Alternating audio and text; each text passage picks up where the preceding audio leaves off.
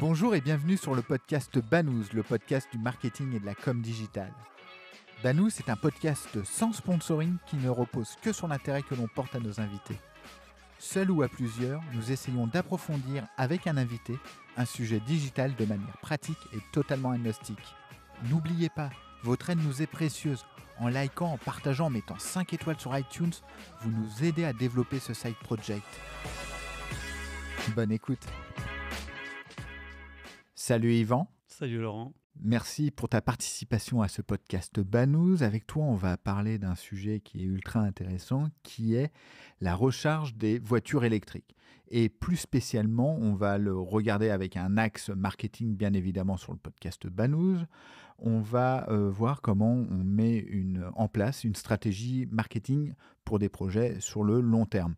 Avant ça, est-ce que tu peux te présenter, s'il te plaît ? Bien sûr. Donc, je m'appelle Yvan de Kersiz. Aujourd'hui, je suis le CRO d'Electra. Donc, concrètement, CRO, c'est je m'occupe du revenu.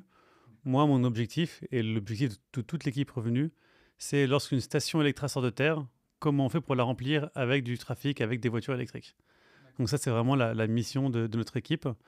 Et avant ça, j'ai passé 7 années chez BlaBlaCar. Très clair, merci beaucoup pour cette présentation. Alors, comme je le disais dans l'introduction, on va parler de recharge de voitures électriques. Comment toi, tu adresses ton marché ? Parce que finalement, c'est un marché qui est naissant. Le plein potentiel, si je puis dire, il va arriver dans 5 à 10 ans, ou enfin même en 2030, puisqu'en 2030, de mémoire, l'Europe interdira la création de nouvelles voitures thermiques. Comment tu fais pour voir le futur, tout simplement, Yvan ? Ouais, je vais commencer par te partager quelques éléments de contexte sur le marché pour ensuite te décrire comment nous, aujourd'hui, on a choisi de l'adresser. En fait, le marché du véhicule électrique, comme tu l'as bien dit, il est assez récent. Si on regarde les chiffres, en France, il y a environ 900 000 véhicules électriques sur la route. C'est environ 2% des véhicules. C'est le tout début de l'aventure. En revanche, quand on regarde en termes de dynamique, si tu regardes le nombre de voitures électriques vendues au mois de septembre, c'est 19% parmi tous les véhicules. Donc tu vois bien déjà en fait à quel point ça s'accélère rapidement et tu peux comparer ça aux chiffres de 2022, pardon, c'était 13%. Donc aujourd'hui en volume, c'est petit, mais ça arrive vite. D'accord. Et nous, c'est tout notre enjeu parce que nous, quand on installe une station de recharge rapide publique, c'est une station qui est ouverte à tout le monde sur le parking d'un centre commercial, d'un restaurant, d'un hôtel. Et on signe des baux de 12 à 20 ans. Donc nous, l'infrastructure qu'on construit, elle est pour les 15-20 prochaines années. Donc une fois qu'on a dit ça, comment tu résous la tension de créer et donc d'investir beaucoup de capex, Une station, c'est environ entre 400 000 et 800 000 euros d'investissement et c'est nous qui le portons. Donc comment tu résous la tension entre ces investissements-là et le fait qu'aujourd'hui, la réalité, c'est que si tu veux remplir ta station, tu n'auras pas du tout les mêmes taux d'utilisation que dans 5, 10, 20 ans. Donc ça, c'est le décor. Pour adresser ça, notamment sur le marché français, on a une stratégie avec deux têtes. Une tête B2B, une tête B2C. En fait, l'intérêt du B2B, c'est qu'il y a beaucoup de flottes professionnelles, comme le taxi, les VTC, comme les loueurs de voitures, comme les logisticiens du dernier kilomètre, qui vont passer à l'électrique plus rapidement que les particuliers, parce que c'est des très gros rouleurs. Donc eux, quand ils calculent leur total cost of ownership, concrètement, le coût d'achat d'un véhicule et son coût de maintenance et d'utilisation, ils se rendent compte qu'ils font beaucoup d'économies en passant à l'électrique. Donc, ils y passent en priorité. Et donc, déjà, là, tu as identifié une audience, en fait, qui passe plus vite à l'électrique. Alors, pour continuer sur le débat, ça veut dire que, donc, j'ai bien compris, vous vous focalisez dans un premier temps au accédants, si je puis dire, qui sont le B2B à travers leur flotte de voitures électriques, ça c'est super clair. Monsieur et Madame Dupont qui ont une Zoé, comment toi tu les adresses ? Alors, aujourd'hui, on va adresser les deux, mais on va pas mettre la même quantité d'énergie sur les deux. Donc, sur le B2B, on va avoir des équipes sales, d'account managers qui vont aller trouver ses partenaires, leur offrir un produit dédié pour que tu puisses suivre ta flotte en temps réel, tes consommations, patati patata, tu as un produit dédié. Et ça, on va mettre beaucoup d'énergie pour aller les signer. Mais côté B2C, il ne faut surtout pas les oublier. Aujourd'hui, ils représentent plus de 70% de nos charges. Donc, c'est quand même une grosse majorité. Et c'est le plus gros marché dans le futur. Donc là, comment tu fais pour les adresser ? Au début, on a une stratégie très, très ciblée. On allait voir les influenceurs spécialisés dans le véhicule électrique. Donc, tu vois, c'est assez précis, hein. Pour commencer à faire des partenariats avec eux, on a créé une communauté Facebook privée qui s'appelle l'Electra Lab pour accueillir nos premiers utilisateurs, hein, nos ambassadeurs, leur poser des questions sur le produit, leur partager les nouvelles sorties de station, les nouvelles fonctionnalités. Donc, comment tu crées une base très solide de power users qui sont en fait tes premiers utilisateurs. Et petit à petit, quand les gens vont passer du thermique à l'électrique, comment tu les accueilles chez Electra. Et là, on a une stratégie où on va chercher à comprendre où sont aujourd'hui les conducteurs de véhicules électriques. D'abord, ils achètent un véhicule électrique. Donc, nous, on fait des partenariats avec Stellantis, MG, Honda, qui même vendent des véhicules électriques pour en fait pousser l'offre Electra à ce moment-là et permettre à leurs conducteurs de se recharger à prix réduit chez nous avec une expérience client, tu vois, assez simple. D'accord. On va chercher à comprendre où ils sont en faisant bien sûr de la publicité géotargetée. Tu vois, sur Facebook, on sait qu'à Paris, nous, par exemple, aujourd'hui, on est un des premiers réseaux de recharge publique. On a environ 30-40 stations. Donc, on a une densité qui est assez forte. Et si on pousse des publicités dans cette région-là, on sait qu'on a une forte chance que une personne ait une station Electra à moins de 5 minutes de chez elle, en fait. Oui, pour toi, en fait, le digital, c'est magique parce que tu peux géolocaliser autour de tes stations pour les promouvoir directement près de tes potentiels clients. Exactement. En fait, nous, nos stations, elles ne sont pas partout en France. Elles sont principalement dans toutes les grosses villes. On prend les 10-15 plus grosses villes, elles sont très bien maillées. Mais si tu vas au milieu d'une région comme, je ne sais pas moi, la Creuse ou la Lozère, il n'y a pas de station Electra. C'est pas comme un e-commerce où tu peux vendre n'importe où en France et faire livrer. Nous, on a une contrainte géographique qui est assez forte. Alors, tu l'as dit, la mise en place d'une station électrique de recharge, en tout cas, c'est beaucoup d'argent. Comment tu mets en place une stratégie marketing sans trop te tromper, en fait, finalement? Alors honnêtement, c'est toujours quelque chose qui est en construction. On est une boîte qui a 2 ans. On a grandi vite, hein. Aujourd'hui, on est environ 160, mais c'est le tout début de l'aventure de l'électrique. Et donc nous aussi, notre stratégie, elle est en perpétuelle construction. Mais concrètement, sur la partie B2B, on l'a dit, c'est équipe sales, account manager, et ça, j'y reviendrai pas. Sur la partie B2C, donc on a commencé avec trouver où sont les utilisateurs de véhicules électriques. Donc influenceurs, communauté. Mais à un moment, il faut que tu ailles chercher plus loin que ça. Et surtout, si tu prends du recul, sur le marché de la recharge électrique, aujourd'hui, il n'y a pas de marque très forte. Si je te demande de me citer 3-4 marques d'opérateurs de bandes de recharge, il y a des fortes chances que tu ne saches pas me répondre. À part si c'est un véhicule électrique, tu vois. Non, en fait, j'ai quand même bouquiné. Ah, ok, donc tu es biaisé. Mais si tu demandes, tu vois, à tes amis à un dîner, personne ne peut te citer une marque de recharge. Et donc nous, on a aussi un très gros enjeu de construction de marque. Comment demain, on devient la référence de la recharge rapide en Europe? Comment tu crées une marque qui n'est pas que fonctionnelle, où les gens se disent pas juste c'est pas cher, c'est simple, mais vraiment comment tu crées un lien émotionnel? Et donc typiquement, on a fait un rebranding en septembre en travaillant avec 2 agences, Koto sur la partie positionnement et Pelo Studio sur la partie exécution, pour quitter tout l'univers des marques qui est très fonctionnel. Si tu vas sur les sites internet des opérateurs de bornes de recharge, il y en a beaucoup qui te disent « je suis très rapide, je suis partout ». Mais ça, en fait, c'est pas très différenciant parce qu'in fine, dans 2-3 ans, bon, tout le monde sera un peu partout, tout le monde sera rapide et c'est pas comme ça que tu crées vraiment des barrières à l'entrée. Et donc, nous, on a vraiment pris un contre-pied par rapport à ça. Et on s'est dit, quand tu viens chez Electra, comment tu te sens? Et la réalité, c'est que quand tu viens chez Electra, tu vas te sentir apaisé, calme et serein. Alors, je le comprends tout à fait, mais en fait, si j'étais un peu taquin, je dirais que Electra, finalement, c'est comme EDF, finalement. Je suis chez moi chez EDF, je pourrais être chez Total Energy, je pourrais être chez Engie, ça ne change rien. Comment, toi, tu fais pour recréer des vrais éléments différenciants par rapport à tes concurrents? Ouais, c'est une super question et je pense que c'est vraiment une question qui est au cœur du modèle d'Electra parce que, in fine, l'énergie, c'est une commodité. Donc, que tu la reçois de Monsieur Méchu, Madame Méchu, BC, c'est de l'énergie. Donc, comment tu crées vraiment une préférence pour qu'in fine, quand un utilisateur devra choisir entre 2 stations, il va venir chez Electra plutôt qu'ailleurs? Très concrètement, ça, c'est vraiment l'expérience client qui permet ça. Mais je vais te détailler de manière très concrète, hein, qu'est-ce que ça veut dire l'expérience client Electra? La première raison, c'est que c'est fiable. Ça va te paraître totalement basique. Quand tu vas faire ton plein d'essence, tu ne dis pas est-ce que ça va marcher ou pas, hein, c'est mécanique.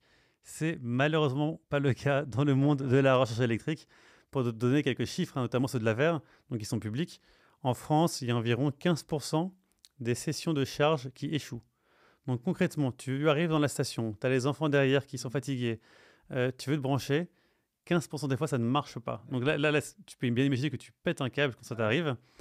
Et donc chez Electra, la première force, c'est que c'est pas 15%, c'est 2%. Et ça, concrètement, comment on y arrive? C'est qu'on a notre propre logiciel de supervision des bornes qu'on fait en interne. On a notre propre application. Et donc, en fait, on a plein de briques software qu'on développe en interne qui font qu'on maîtrise, en fait, tout le parcours utilisateur. Et pour te donner une comparaison, tu sais, quand tu as un ordinateur portable, tu arrives dans un endroit, tu veux te brancher à l'imprimante, ça marche jamais. Ouais. Bon, bah là, c'est un peu pareil. Tu as une borne et une voiture. C'est deux constructeurs différents qui les ont créés et donc ils ont du mal à se parler.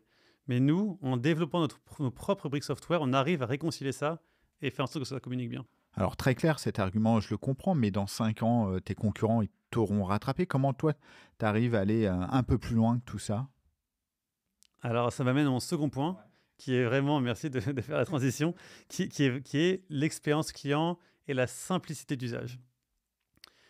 Et ça, aujourd'hui, Electra, tu peux télécharger l'application et grâce à elle, tu vas pouvoir réserver, par exemple, une borne à l'avance. Okay. Là, tu n'as pas le stress de savoir si tu arrives à la queue ou pas. Une autre fonctionnalité, tu arrives sur un parking avec une barrière, tu peux ouvrir une barrière grâce à l'application Electra.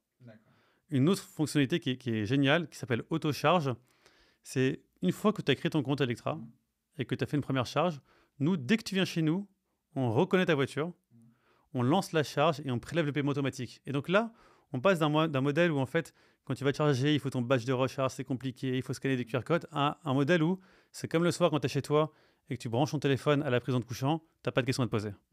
Alors pour revenir sur un côté un peu plus marketing, est-ce que tu pourrais me donner tes 5 leviers préférés du moment?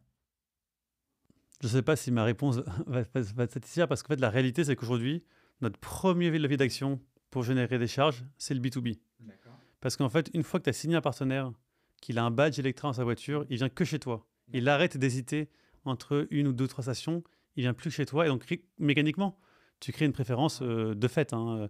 Et donc ça, c'est un très gros impact de croissance. On voit, plus on met des ressources, plus ça scale. Okay. Du coup, c'est pas tant marketing, c'est plus revenu. Tu vois. C'est pour ça que je dis que ça ne va pas répondre forcément à ta question. Côté marketing, aujourd'hui, on est en phase d'exploration. Donc, on explore des partenariats affiliés avec des influenceurs. On va explorer le display géotargeté. On explore le CRM. On explore les partenariats avec les constructeurs automobiles. Mais la réalité, c'est qu'aujourd'hui, on n'a pas un levier où plus tu mets d'argent, plus ça scale. On est vraiment en phase d'itération et d'exploration. Aussi parce que l'équipe est un peu plus récente que sur la partie B2B, où ça fait un petit bout de temps qu'on investit dessus. Mais c'est vraiment une phase qui est assez excitante et en même temps assez challengeante parce qu'il faut qu'on trouve nos 1, 2, 3 leviers sur lesquels on peut accélérer, quoi. Ok, je comprends tout à fait que ce soit le début et donc justement vous cherchez une espèce de martingale, si je puis dire. Comment tu calcules la performance de tes leviers? Alors nous, notre KPI numéro 1, c'est le revenu. On regarde toutes les semaines combien de revenus on va générer. Et donc pour ça, il y a deux variables. Il y a le nombre de charges que tu fais et à quel prix tu les vends. Donc on va toujours optimiser le nombre de charges côté B2B et B2C en mesurant toi versus le budget. Et après le prix, l'enjeu c'est est-ce que tu priorises les volumes ou la grosse margin. Et donc c'est toute la tension qu'on a et qu'on optimise en fait au quotidien. Mais aujourd'hui je dirais que côté B2B, ce qu'on va regarder c'est le nombre de charges B2B, à quel prix elles sont vendues et combien en pourcentage total des charges ça représente. Et côté marketing plus B2C, on va regarder soit des KPI de parmi tous les nouveaux utilisateurs de l'app, combien sont venus grâce à un code promo qu'on a distribué. Tu vois, aujourd'hui, on est entre 5 et 15%. Ça dépend des semaines et des mois. Et ces codes promo, on va les pousser via des campagnes CRM, via des influenceurs. Ça c'est un super moyen et des programmes d'affiliation. Via des partenaires avec des IMSP. Les IMSP, c'est des applications qui agrègent plein d'opérateurs de bornes comme nous. Et qui servent en fait un peu comme un Google Maps, mais en plus, tu peux payer avec. D'accord. Et ça, en fait, c'est un super moyen de cibler une audience très qualifiée pour nous. Et donc, pendant les périodes de haute saisonnalité, on pousse des promotions pour attirer du trafic en station. Alors, très clair, ouais, c'est une espèce de marketplace des fournisseurs des recharges électriques en France. Mais tu n'as pas peur finalement que ça cannibalise l'utilisation de ta propre application et que Monsieur Dupont qui a sa Zoé, il utilise ce type d'app tiers pour réaliser tout ça? Comment tu vois les choses? Ouais, c'est toute le paradoxe, en fait, pour nous, c'est des partenaires avec qui on travaille assez étroitement parce qu'on a des intérêts communs, c'est on veut maximiser le nombre de charges. Mais ce qui est aussi vrai, c'est que un utilisateur sur l'IMSP, il va privilégier le choix. Chez nous, il aura potentiellement un meilleur prix, en fait. Mais en fait, l'enjeu, in fine, pour le consommateur, aucun consommateur veut avoir 10 apps dans son téléphone pour se recharger. Un IMSP et 5 apps d'opérateurs de borne. Donc tout l'enjeu, c'est comment, in fine, tu deviens l'app ou parmi les 2 apps de référence. Et ça, je pense que c'est la taille du réseau, la qualité, l'expérience client et le prix, en fait, in fine. Oui, finalement, vous êtes comme dans le travel, enfin, en tout cas, de ma perspective, c'est-à-dire que vous avez des applications type Booking, Trivago, etc. Et l'application Accor. Moi, typiquement, je fais mes recherches sur Booking et après, je vais sur Accor pour avoir un tarif un peu plus bas. Très clair. Merci, Yvan. Alors, je comprends tout à fait votre positionnement et votre focus sur promouvoir votre marque avant de vendre, tout simplement. Alors, moi qui viens du marketing, je ne suis pas très confortable avec ça parce qu'il faut quand même réussir à vendre son produit. J'ai une marque de yaourt, ok, il faut la promouvoir, j'ai une nouvelle marque de yaourt, etc., mais il faut aussi vendre des yaourts. Tu peux expliciter votre focus marque et pourquoi vous l'avez fait? Ouais, bien sûr. Pour reprendre ton exemple des yaourts, nous, au début, on n'avait pas de yaourt à vendre puisqu'on n'avait pas de station. Et donc, pour exister, il faut que tu parles fort et que tu parles assez régulièrement. Et donc, on a une stratégie de communication assez puissante, en tout cas assez ambitieuse, que ce soit sur les RP ou LinkedIn. Typiquement, sur LinkedIn, aujourd'hui, on est un des opérateurs de bornes de recharge avec le plus d'interactions sur tous nos contenus au niveau mensuel, ce qu'on suit d'assez près. Et ça, alors bien sûr, c'est un effort du quotidien de l'équipe communication de poster du contenu qui est pertinent, qui intéresse la communauté, etc. Et grâce à ça, on a pu sécuriser des sites où on installe des stations avec des super partenaires, comme, pour reprendre un exemple, Accor dont tu parlais, comme Casino, comme beaucoup d'acteurs du commerce, retail, etc. Et une fois que tu crées tes stations, là, il faut les remplir. Et là, il faut commencer à travailler, en fait, la performance, que ce soit B2C ou B2B. Et un autre élément aussi, pour éclairer ce que je viens de dire, c'est qu'aujourd'hui, tout le monde est en train de passer à l'électrique progressivement.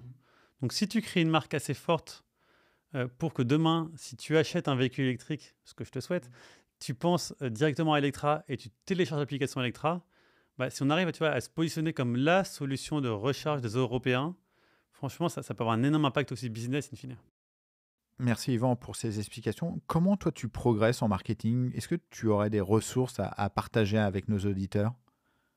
Mm. Ouais, c'est une bonne question. Alors, déjà, ce que je trouve super utile, moi, c'est faire appel à des pairs.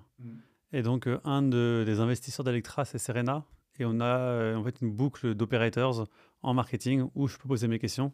Ça, c'est une ressource super précieuse. Une autre ressource que j'aime bien, c'est un Slack channel qui s'appelle le Brand Club, où il y a plein de head of brand, CMO. Et pareil, dès que j'ai des questions, en fait, freelance, outils, stratégie, measurement, je les pose dessus. C'est un outil que j'utilise beaucoup. Il y a quelques newsletters marketing auxquels je suis abonné. Mais c'est principalement en fait, demander à des pairs qui sont déjà passés par là en fait, de m'aider à résoudre les questions que j'ai. Merci beaucoup Yvan pour toutes ces explications. Et puis, si vous, chers auditeurs, ce thème vous intéresse, n'hésitez pas à nous le dire sur le site Banous. On réinvitera Yvan pour prolonger cette discussion. En attendant, Yvan, merci. Où est-ce qu'on peut te suivre? Ouais, j'essaie de partager régulièrement sur LinkedIn, tu vois, des updates sur Electra et sur l'évolution de la boîte et de nos enjeux marketing. Ouais, c'est principalement via LinkedIn ouais, qu'on va me suivre. Merci à vous de nous avoir écoutés sur les différentes plateformes, que ce soit Apple Podcasts, Spotify et même maintenant YouTube. Sachez qu'on a besoin de vous pour remonter dans les classements. Alors si vous pouvez nous laisser un petit commentaire, mettre une bonne note sur Apple Podcasts notamment, ça nous fera très plaisir. En attendant, retrouver tous les épisodes sur banous.com. Et puis, si vous avez des idées d'épisodes, n'hésitez pas à nous le dire directement sur le site ou via les différents réseaux. On est plutôt actif sur LinkedIn. Et écoutez, merci beaucoup et puis à la prochaine. Ciao. Merci d'avoir écouté cet épisode de Banous. N'oubliez pas, votre aide nous est précieuse. En likant, en partageant, en mettant 5 étoiles sur iTunes, vous nous aidez à développer ce side project. Et retrouvez-nous sur le site banous.com, banous, B-A-2-N-O-U-Z-E.com. À bientôt.